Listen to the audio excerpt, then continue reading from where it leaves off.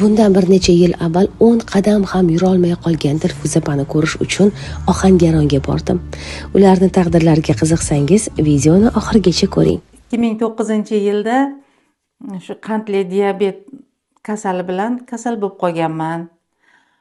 Vaqtlar o'tishi bilan kasallik o'z kuchini ko'rsatib bordi menga.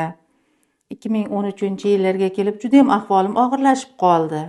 Vesim juda ham katta edi, 120 kilo edim. Xotiram yo'qoldi. O'zimda rosa shishlar bor edi. Zo'b muammosi bor menda. 2015-yil 11-iyun kuni men ichishni boshladim. Mana shu karotina yog'ini buni aniq esimda. Shunaqangi sevaman bu narsani, men shunaqangi sevaman. Men ikkinchi bor dunyoga keldim. 10 qadam yursam harsillab qolardim. Farzandlarim yelpig'ishda shamol qilib turishar edi. Kundan kunga yaxshi bo'lib ketaverdim. Men ko'chaga ham chiqmas edim. Ko'chaga chiqa olmas edim. Yura olmas edim.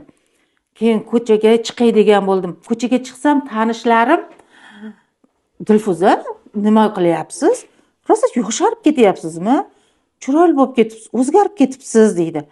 Avvallari xotiram yo'qligidan tanishimni ham tanimasdim-da, uyalganimdan shu voy shunaqa bo'lib qopti demasin deb o'ylayverardim. 10 qadam yura olmaydigan odam hamma ishlarni qilaman, Allohga shukr.